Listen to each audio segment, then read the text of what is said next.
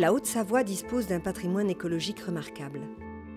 C'est aussi un département riche au plan industriel et touristique.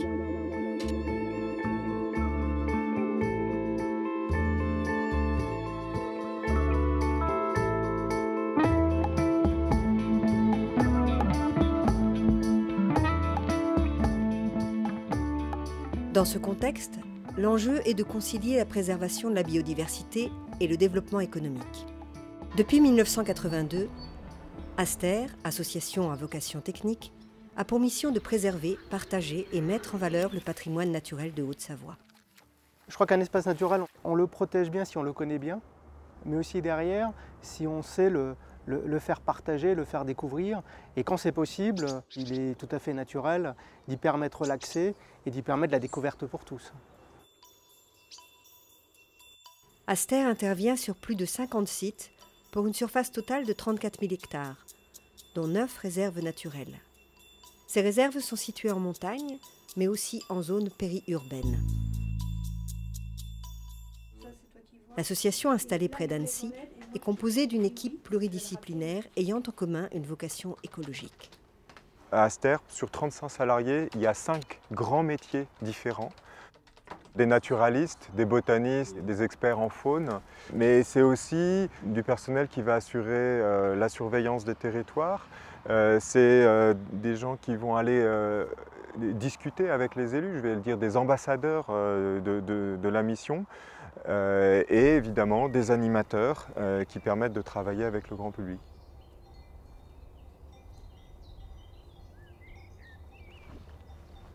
On se trouve sur le plateau des Bornes, sur lequel il y a un réseau de zones humides assez important.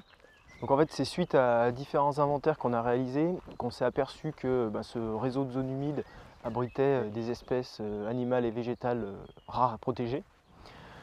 Donc on a commencé une démarche de préservation de ces marais. Donc comment ça se passe concrètement? En fait, on prend contact avec la commune de façon à ce qu'eux s'approprient la démarche de préservation des marais, et puis aussi qui nous accompagnent, qui nous aident à communiquer auprès des propriétaires privés pour faire le travail de restauration. Il y a eu des contacts avec Aster auprès des propriétaires, voire sur le terrain, puisqu'on a visité ensemble ces zones humides, avant que des conventions de partenariat ne soient signées avec les différents propriétaires. Une fois que tout est réglé sur l'aspect administratif et foncier, là après la mairie nous laisse carte blanche pour tout ce qui est travaux de restauration et tout ce qui est suivi scientifique, aspect technique de la préservation du marais. Ces experts doivent expliquer et convaincre tout en restant à l'écoute des habitants et des usagers. C'est avant tout un travail de conseil, de gestion et d'inventaire sur le terrain. Donc c'est Aster qui prend l'initiative de faire des expertises de terrain. Donc on se rend sur les différents sites du département pour faire des inventaires de la faune, de la flore ou des habitats naturels. Et une fois qu'on a fait ces inventaires de terrain, on fait la démarche d'aller rencontrer les collectivités pour leur faire connaître la richesse de leur territoire au niveau écologique.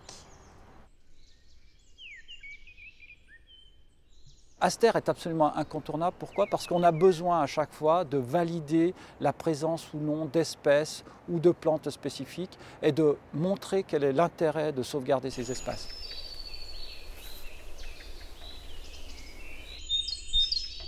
C'est des gens qui sont sur le terrain, qui sont pragmatiques et qui viennent voir ce qui se passe, mais aussi parce qu'il nous a semblé qu'Aster était en capacité de développer un autre type de relation, et notamment en prenant en compte la population avoisinante.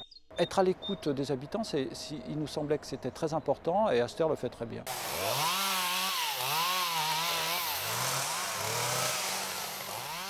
L'entretien et la restauration des sites sont prises en charge par Aster. Il s'agit de restaurer des prairies de fauche d'altitude, d'éliminer des plantes invasives ou encore d'entretenir des roselières. Cela fait partie du travail de gestion des milieux naturels.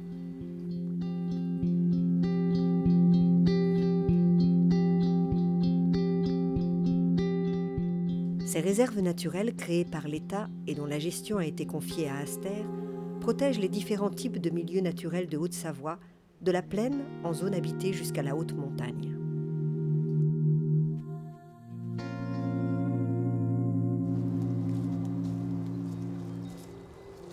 Moi, je suis garde des réserves naturelles de Haute-Savoie, c'est-à-dire que je suis garde technicien sur une réserve, en l'occurrence la réserve naturelle des Contamines Montjoie, mais je suis également garde sur toutes les réserves naturelles du département. Il y en a 9, dans la mesure où il y a un gestionnaire commun. Notre boulot de garde nous permet d'intervenir sur toutes les réserves. Donc on est des hommes de terrain sur les réserves naturelles, c'est-à-dire qu'on est le relais local d'Aster. Voilà.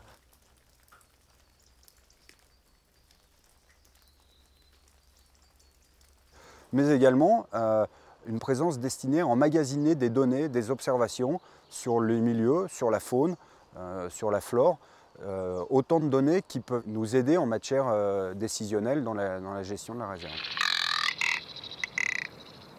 Ce n'est pas un endroit où il n'y a que des interdits, ce n'est pas une mise sous cloche. En revanche, dans les réserves naturelles, les activités sont réglementées.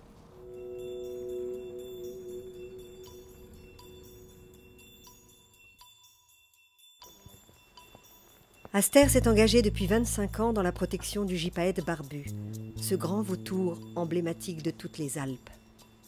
L'histoire du gypaète, c'est vrai que c'est l'histoire d'une disparition au début du XXe siècle. Il y a un plan d'action national qui se met en œuvre et c'est Aster qui est impliqué sur l'animation de ce plan au niveau des Alpes françaises avec les parcs nationaux de la Vanoise, du Mercantour des Écrins et le parc naturel régional du Vercors. Alors aujourd'hui, on peut dire que le programme de réintroduction du gypaète est un succès, mais l'équilibre reste quand même très très fragile.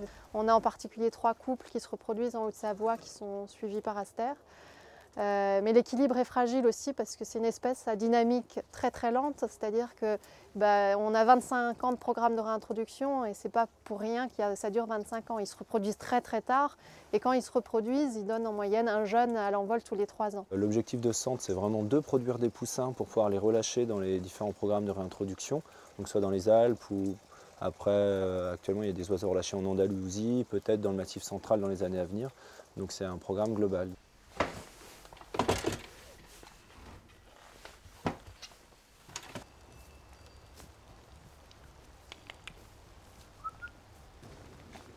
On a une femelle qui est née en 2007 et un mâle en 2005.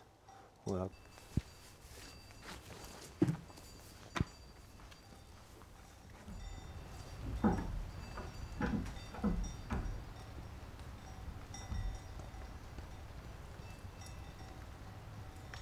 C'est un centre qui n'est pas ouvert au public et où les oiseaux, on essaie de les garder en conditions le plus naturelles possible. On ne fait pas du tout d'élevage entre guillemets de gypaète barbu. L'autre grosse partie de mon travail, c'est vraiment d'organiser le suivi des oiseaux réintroduits et de la reproduction en nature des oiseaux qui s'installent donc dans le département, voire même plus large.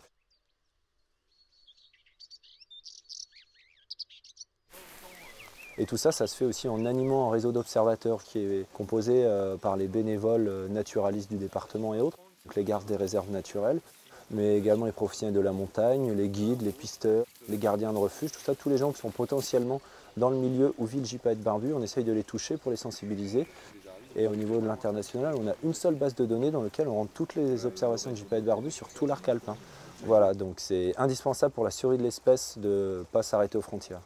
Le gypaète ignore les frontières, donc ce qui est très bien, c'est que justement on travaille avec les Autrichiens, les Italiens, les Français, et en l'occurrence sur le plan d'action national, on va essayer d'harmoniser ces actions en termes de suivi, en termes d'études, en termes de communication, et jusqu'à la mutualisation des moyens et des financements.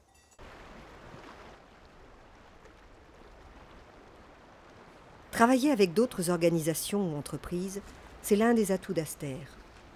L'association a mis au point des collaborations avec les scientifiques sur les réserves qu'elle a en gestion. J'ai la charge de développer sur ces réserves un maximum de recherche scientifique, en d'autres termes de faire de ces réserves des sites ateliers pour la recherche. Voilà l'échange entre les scientifiques, moi-même par exemple, et Aster. Quand on a un garde d'une réserve naturelle qui va tous les matins dans sa réserve naturelle, c'est difficile de trouver un meilleur expert de la réserve naturelle que ce garde-là. C'est des usagers de la nature qui savent beaucoup de choses sur la nature. Évidemment, il faut un filtre scientifique à tout ce savoir, mais le négliger, ce serait une erreur. Donc il y a des protocoles scientifiques qui sont mis en place. Ce n'est pas nous, gardes, qui les définissons. Nous, on est plutôt, je dirais, le bras armé de ces scientifiques. On est au bout du protocole. Ceux qui vont récupérer les données pour pouvoir leur transmettre afin qu'ils les analysent et qu'ils étudient le sujet prédestiné. Par exemple, c'est aller réaliser une mesure sur le glacier de Trait-la-Tête.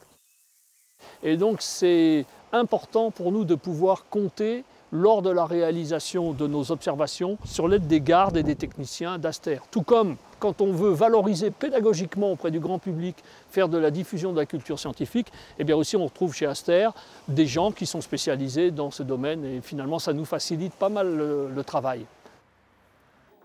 En effet, Aster dispose d'une équipe prête à organiser et à animer des événements ponctuels auprès des jeunes et des moins jeunes. Partager le savoir-faire, communiquer sur ses actions font partie de ses missions. Donc la mission éducative d'Aster, c'est de sensibiliser, d'informer tout public sur l'intérêt des réserves naturelles, des espaces naturels protégés et des espaces naturels en général. Donc ce qui est intéressant dans notre métier, c'est de donner envie aux enfants de découvrir la nature par le biais de visites sur site, d'interventions en classe.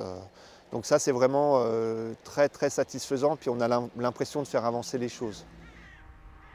Lac en partage, c'est une opération qui a pour objectif de faire découvrir le lac d'Annecy par le biais de toutes les activités qui se passent autour du lac.